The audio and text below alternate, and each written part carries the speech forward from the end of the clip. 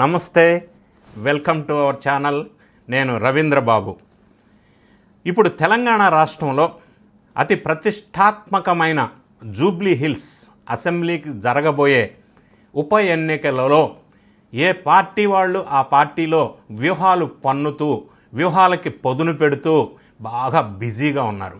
ఎందుకు అంటే ఈ జూబ్లీ హిల్స్ బైపోల్ ఎలక్షన్ అనేది అన్ని పార్టీల వాళ్ళు తెలంగాణలో అతి ప్రతిష్టాత్మకంగా తీసుకున్న పరిస్థితి మనకు కనిపిస్తూ ఉంది. ఎలాగో ఎందుకు అనేది ఈ వీడియోలో విశ్లేషణ చేస్తూ, మరి ఈ మధ్యకాలంలో కొన్ని సర్వేస్ కూడా రిజల్ట్స్ వెలువరించినాయి. దానికి తోడుగా మనం కూడా ఒక సర్వే చేయటం జరిగింది. ఈ సర్వేలో భాగంగా ఏ పార్టీ వైపు జూబ్లీ హిల్స్ ఓటర్స్ మొగ్గు చూపబోతున్నారు అనే సంచలనమైన విషయాలు మీకు విశ్లేషణ చేసే ప్రయత్నం చేస్తాను. పార్టీలకు అతీతంగా వీడియో చివరి వరకు స్కిప్ చేయకుండా చూడండి. నచ్చినట్టయితే లైక్ చేయండి, మీ ఫ్రెండ్స్కి షేర్ చేయండి, ఛానల్ సబ్స్క్రైబ్ చేసుకోమని చెప్పండి. జూబ్లీ హిల్స్ అసెంబ్లీ కాన్స్టిట్యున్సీ అనగానే మనం జనరల్గా చాలామంది ఎక్స్పెక్ట్ చేసేది ఏంటంటే సంపన్న నియోజకవర్గం అంటే అందులో జూబ్లీ హిల్స్ కదా, బాగా సంపన్నులు ఉంటారు ఓటర్స్ అనే ఒక అభిప్రాయం కొంతమందికి ఉండే అవకాశం ఉంది. వాస్తవం మనం చూసినట్టయితే జూబ్లీ హిల్స్ అసెంబ్లీ సెగ్మెంట్లో సంపన్న వర్గాల కంటే కూడా బిలో మిడిల్ క్లాస్ ఓటర్సే ఎక్కువగా ఉన్నారు అనేది వాస్తవం. ఎందుకంటే ఈ బోరబండ కానీ యూసఫ్గూడ కానీ ఇటువంటి చాలా ఈ అసెంబ్లీ సెగ్మెంట్లో ఉన్న పరిధిలో ఉన్నటువంటి ఈ ఏరియాస్లో లో క్లాస్ పీపుల్ కూడా ఎక్కువగా నివసిస్తున్నటువంటి నియోజకవర్గం. అది నిజం, అది వాస్తవం. రెండో విషయం మనం గమనించినట్టయితే జూబ్లీ హిల్స్లో మాగంటి గోపీనాథ్ అనుకోకుండా దురదృష్టవశాత్తు మరణించటం వల్ల ఈ సంవత్సరం జూన్లో మరణించటం వల్ల ఈ ఉప ఎన్నిక అనివార్యంగా తెర మీదకు వచ్చింది. ఈ జూబ్లీ హిల్స్ ఎన్నికల్లో కాంగ్రెస్ పార్టీ కూడా సీటు విషయంలో భారీగా పోటీని ఎదుర్కొంటున్న విషయం మనం గమనిస్తూనే ఉన్నాం. ఎవ్రీడే తలలు పట్టుకుంటున్నారు కాంగ్రెస్ నాయకులు సీటు విషయంలో. ఎందుకు అంటే ఈ జూబ్లీ హిల్స్ అసెంబ్లీ సెగ్మెంట్లో 3,92,000 ఓట్స్లో ప్రధానంగా మనం గమనించినట్టయితే యాదవ్ కమ్యూనిటీకి సామాజిక వర్గానికి సంబంధించిన ఓట్లు ఎక్కువగా ఉన్నట్టుగా మనకి వెలుగులోకి వచ్చింది. దాంతోపాటుగా నెక్స్ట్ మనం చూసుకున్నట్టయితే జూబ్లీ హిల్స్ అసెంబ్లీ ఏరియాలో కమ్మ కమ్యూనిటీకి సామాజిక వర్గానికి సంబంధించిన ఓట్లు కూడా ఎక్కువగానే ఉన్నట్టుగా మనకి లెక్కల ద్వారా తెలియవస్తూ ఉంది. సో కాంగ్రెస్ వాళ్ళు యాదవ్ కమ్యూనిటీకి సంబంధించిన వ్యక్తిని పెడితే ఎలా ఉంటుంది అని వ్యూహం పన్నుతూ ఉన్నారు ఒకవైపు. రెండో వైపు బీఆర్ఎస్ వాళ్ళు మాగంటి గోపీనాథ్ వాళ్ళ వైఫ్ సీటు కన్ఫామ్ చేశారు ఆల్రెడీ. ఆ దిశగా వాళ్ళు వ్యూహాలు పన్నుతూ ఈ సీటు ప్రతిష్టాత్మకం కాబట్టి, అది కూడా హైదరాబాద్ ప్రాంతంలో ఉన్న సీటు కాబట్టి, వాళ్ళ ఎగ్జిస్టింగ్ సీటు కాబట్టి దాన్ని నిలబెట్టుకోలేకపోతే బీఆర్ఎస్కి గడ్డు కాలంలో ఉన్న పరిస్థితుల్లో ఈ సీటు కోల్పోతే ఇంకా ఇబ్బందులు ఎదురవుతాయి అనేది ఒక ప్రతిష్టాత్మకంగా తీసుకున్నవారు. ఇక బీజేపీ వాళ్ళు కూడా ఇది చాలా ప్రతిష్టాత్మకంగా తీసుకున్నారు. ఎందుకంటే ఇందులో గెలవకపోతే బీజేపీ మళ్ళీ పుంజుకోవటం లేదు అన్న వార్తలకి బలం ఇచ్చినట్టు అవుతుంది కాబట్టి వాళ్ళు కూడా తీసుకున్నారు. మరి కాంగ్రెస్ పార్టీకి సంబంధించి ఇప్పటివరకు మరి నవీన్ యాదవ్ అనే ఒక వ్యక్తి పేరు వినిపిస్తూ ఉంది.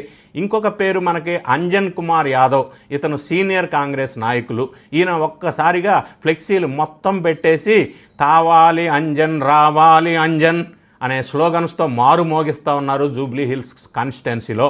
ఇది ఎక్కడో ఆంధ్రప్రదేశ్లో గతంలో ఓడిపోయిన పార్టీ స్లోగన్ లాగా ఉంది. అది ఈయన ఎందుకు తీసుకున్నాడో తెలవదు. ఇంకొక పక్క గతంలో మంత్రిగా పనిచేసిన లక్ష్మీనారాయణ, అప్పట్లో లాంగ్ బ్యాక్, వాళ్ళ కోడలు విజయలక్ష్మి పేరు కూడా వెలుగులోకి వస్తూ ఉంది. వాళ్ళు కూడా యాదవ్ కమ్యూనిటీకి చెందిన వ్యక్తులు. సో ఈ విధంగా కాంగ్రెస్ వాళ్ళ పరిస్థితి మనం చూసినట్టయితే అభ్యర్థిని బీఆర్ఎస్ వాళ్ళు మహిళా అభ్యర్థిని ఎన్నుకొని సెలెక్ట్ చేశారు కాబట్టి కాంగ్రెస్ కూడా మహిళా అభ్యర్థిని పెడితే ఎలా ఉంటుందని ఒక ఆలోచన.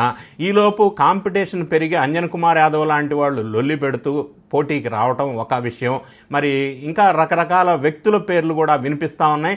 అజారుద్దీన్ని చాకచక్యంగా ఇందులో నుంచి పక్కకు తప్పించి ఎమ్మెల్సీ పేరుతో ఆయన్ని ఇందులో పోటీ లేకుండా చేసిన అంశం కాంగ్రెస్ కూడా మనం చూస్తూనే ఉన్నాం. సరే, ఎవరికి సీట్ ఇచ్చినప్పటికీ గ్రౌండ్ లెవెల్లో ప్రజలు కాంగ్రెస్ మీద ఉన్న అభిప్రాయం ఏంటి, బీఆర్ఎస్ పార్టీ మీద మాగంటి గోపీనాథ్ ఫ్యామిలీ మీద ప్రజలకున్న అభిప్రాయం ఏంటి? ఎందుకు అంటున్నానంటే మాగంటి గోపీనాథ్ బ్రదర్ వజ్రనాథ్ కూడా రంగంలోకి దిగి కొన్ని రోజులు కొంత లొల్లి జరిగింది. మరి ఆ పార్టీ బీఆర్ఎస్ వాళ్ళు సంజాయించినట్టున్నారుగా. బీజేపీకి సంబంధించి గతంలో ఓల్డ్ సిటీలో పోటీ చేసినటువంటి ఓడిపోయినటువంటి మాధవీలత కూడా నాకు బీజేపీ నుంచి సీట్ ఇస్తే జూబ్లీ హిల్స్లో పోటీ చేసి గెలిచి చూపిస్తా అని ఆమె కూడా సవాలు విసురుతున్న సందర్భం బీజేపీ పార్టీ నుంచి వెలుగులోకి వస్తూ ఉంది. ఇట్లా రకరకాల పేర్లు రకరకాల పార్టీల నుంచి వెలుగులోకి వస్తూ ఉన్నాయి. వ్యూహాలు జరుగుతూ ఉన్నాయి, చర్చలు జరుగుతూ ఉన్నాయి. వాళ్ళకి సంబంధించిన సర్వేస్ ఆయా పార్టీలు తెప్పించుకుంటూ ఉన్నాయి అభ్యర్థుల్ని ఖరారు చేసే విషయంలో. ఇప్పటివరకే ఉన్న సమాచారం ఇదైతే మనకున్న సర్వే ప్రకారంగా ఏ పార్టీకి ఎడ్జ్ ఉంది అన్న విషయాన్ని మన సర్వేలో వెలుగులోకి వచ్చిన అంశాలు, సంచలనమైన అంశాలు మీ దృష్టికి తీసుకొచ్చే ప్రయత్నం చేస్తాను. ఈ పరిస్థితుల్లో మనం ఒక్కసారి గమనించినట్టయితే బీఆర్ఎస్ పార్టీ ఆ ఎగ్జిస్టింగ్ సీట్ని నిలుపుకునే అవకాశం స్పష్టంగా కనిపిస్తూ ఉంది. ఎస్, మీరు విన్నది కరెక్టే. జూబ్లీ హిల్స్ బైపోల్ ఎలక్షన్స్లో, రాబోయే బైపోల్ ఎలక్షన్స్లో బీఆర్ఎస్ పార్టీకి సంబంధించిన అభ్యర్థి గెలిచే అవకాశం స్పష్టంగా ఉన్నట్టుగా మనం నిర్వహించిన సర్వేలో ఇప్పటి వరకు యాజ్ ఆన్ టుడే వెలుగులోకి వస్తున్నట్టుగా మనకి తెలియవస్తూ ఉంది. ఈ నియోజకవర్గంలో 42.8% ఆఫ్ ఓటర్స్ బీఆర్ఎస్ పార్టీకి అనుకూలంగా ఉన్నారు. కాంగ్రెస్ పార్టీకి 32.7% ఆఫ్ ఓటర్స్ అనుకూలంగా ఉన్నారు. బీజేపీకి 19.5% ఓటర్ మద్దతు కనిపిస్తూ ఉంది. అంటే బీఆర్ఎస్కి కాంగ్రెస్కి 10.1% డిఫరెన్స్ ఉన్నట్టుగా మనకి కనిపిస్తూ ఉంది. ఈ నియోజకవర్గ పరిధిలో యువత, మహిళల మద్దతు బీఆర్ఎస్కి ఉంది అని చెప్పి మనం నిర్వహించిన దాంట్లో తెలియవస్తూ ఉంది. కాంగ్రెస్తో పోల్చుకుంటే 27.3% 18 నుంచి 25 సంవత్సరాల వయసు ఉన్నవాళ్ళు బీఆర్ఎస్ వైపు మొగ్గులో ఉన్నట్టుగా తెలియవస్తూ ఉంది. వీరిలో 12.1% మహిళా ఓటర్లు, ఎస్సీలు 48.9%, ఎస్టీలు 42%, బీసీలు 43.4%, మైనారిటీలు 46.5%. గులాబీ పార్టీకి జై కొట్టినట్టు మనకి తెలియవస్తూ ఉంది. సామాజిక వర్గ ఓటర్లలో కాంగ్రెస్ వైపు వ్యతిరేకత కనిపిస్తూ ఉంది. మరీ ముఖ్యంగా ముఖ్యమంత్రుల విషయంలో బీఆర్ఎస్ పార్టీకి సంబంధించిన కేసీఆర్ ముఖ్యమంత్రి విషయంలో 46.5% ఓటర్స్ మొగ్గు చూపుతున్నట్టుగా తెలియవస్తూ ఉంది. రేవంత్ రెడ్డికి అనుకూలంగా, ముఖ్యమంత్రికి అనుకూలంగా ఉన్న ఓటర్స్ 28.4% మాత్రమే. కాంగ్రెస్ ప్రభుత్వ పనితీరును 41.5 మంది ఓటర్లు వ్యతిరేకించటం ఇందులో ప్రాధాన్యత సంతరించుకుంది. ఎందుకంటే గ్రూప్ 1 పరీక్షల అవకతవకల విషయంలో కానీ, ఉద్యోగులకు ఇచ్చిన హామీలు నిలబెట్టుకోకపోవటంలో కానీ, నియోజకవర్గంలో మౌలిక వసతుల కొరత కానీ కాంగ్రెస్ సర్కారుపై వ్యతిరేకత కనిపిస్తూ ఉంది. అభ్యర్థిగా ఎవరైతే బాగుంటుంది అన్న క్వశ్చన్ వేసినప్పుడు 71.4% ఓటర్లు మాగంటి గోపీనాథ్ కుటుంబం వైపు మొగ్గు చూపుతున్నట్టుగా తెలియవస్తూ ఉంది. ఆ కుటుంబం వైపు ఓటర్లలో సానుకూలత ఉన్నట్టుగా మనకి కనిపిస్తూ ఉంది.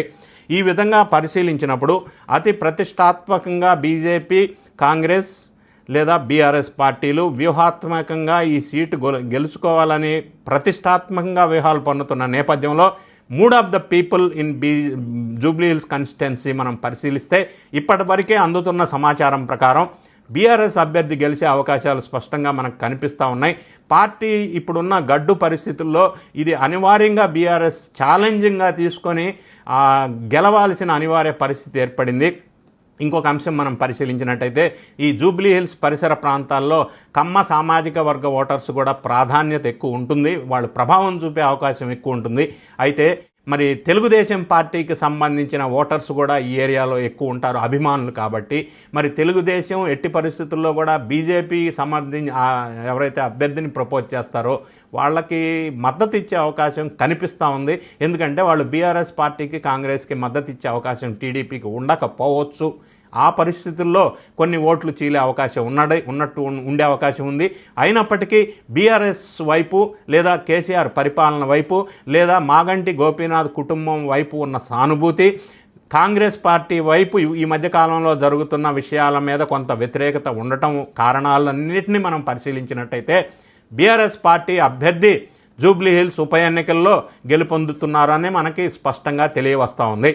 మీకు ఇక్కడ డిస్క్లైమర్ రెఫరెన్స్ మీరు ఒక్కసారి పరిశీలించినట్టయితే ఆంధ్రప్రదేశ్లో జరిగిన అసెంబ్లీ ఎలక్షన్స్లో 2024లో జరిగిన ఎలక్షన్స్లో రాబోయే అప్పట్లో నేను చాలా వీడియోస్లో చాలా ఛానల్స్లో ఎన్డీఏ కూటమి గెలవబోతుంది అని చాలా స్పష్టంగా చెప్పాను. ఆ నంబర్ ఆఫ్ సీట్స్ కూడా మనం ఎన్నైతే ఎస్టిమేషన్ చేసి చెప్పామో అన్ని సీట్లతో ఎన్డీఏ కైవసం చేసుకున్న విషయం మీకు తెలియజేస్తున్నాను. ఇంకొక విషయం మీరు గమనించినట్టయితే తెలంగాణకి జరిగినటువంటి ఎలక్షన్స్లో అప్పట్లో ఎవరు గట్టిగా స్ట్రాంగ్గా చెప్పలేదు కాంగ్రెస్ పార్టీ గెలవబోతుందని. కానీ మన అనాలిసిస్లో నేను చాలా ఛానల్స్లో చాలా స్పష్టంగా వీడియోస్లో చెప్పాను, ఎలక్షన్స్కి ముందే కాంగ్రెస్ పార్టీ తెలంగాణలో ప్రభుత్వం ఏర్పాటు చేయబోతుంది, 65 సీట్లు రాబోతున్నాయి అన్న విషయాన్ని ఎలక్షన్కి ముందు తెలంగాణలో నేను చెప్పిన విషయం మీరు ఒక్కసారి పాత వీడియోస్ కూడా రెఫర్ చేసుకోవచ్చు. దాన్ని ప్రాథమికంగా దీన్ని రెఫరెన్స్ తీసుకొని మరి ఇప్పుడు నేను చెప్పబోయే జూబ్లీ హిల్స్ సీటు బీఆర్ఎస్ సొంతం కాబోతుంది అన్న విషయం ఇప్పుడు చెప్తా ఉన్నాను. ఈ ఎలక్షన్ జరిగిన తర్వాత నేను చెప్పిన అవి ఎలా నిజమైనయో ఇది కూడా నిజమవుతుంది అన్న విషయం మీకు తర్వాత తెలుస్తుంది. ఈ వీడియోలో మీ కామెంట్స్ మీరేమనుకుంటున్నారు, మన విశ్లేషణ, మీ అభిప్రాయం ఏంటి, మీ కామెంట్ని కామెంట్ రూపంలో తెలియజేయండి. వీడియో నచ్చితే లైక్ బటన్ నొక్కండి, ఫ్రెండ్స్కి షేర్ చేయండి, ఛానల్ సబ్స్క్రైబ్ చేసుకోండి. మరిన్ని విషయాలు ఎలక్షన్ అయిన తర్వాత ఈ వీడియో మీద మీకే తెలుస్తుంది మన అనాలిసిస్ ఎంత కరెక్ట్గా ఉంటుందో, క్రెడిబిలిటీ ఉంటుందో అన్న విషయం. Thank you so much for watching.